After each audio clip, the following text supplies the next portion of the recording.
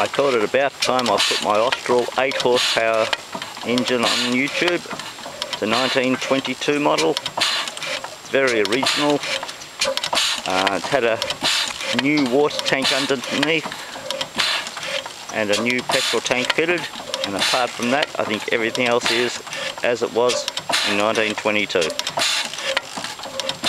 Runs beautifully, as can be seen.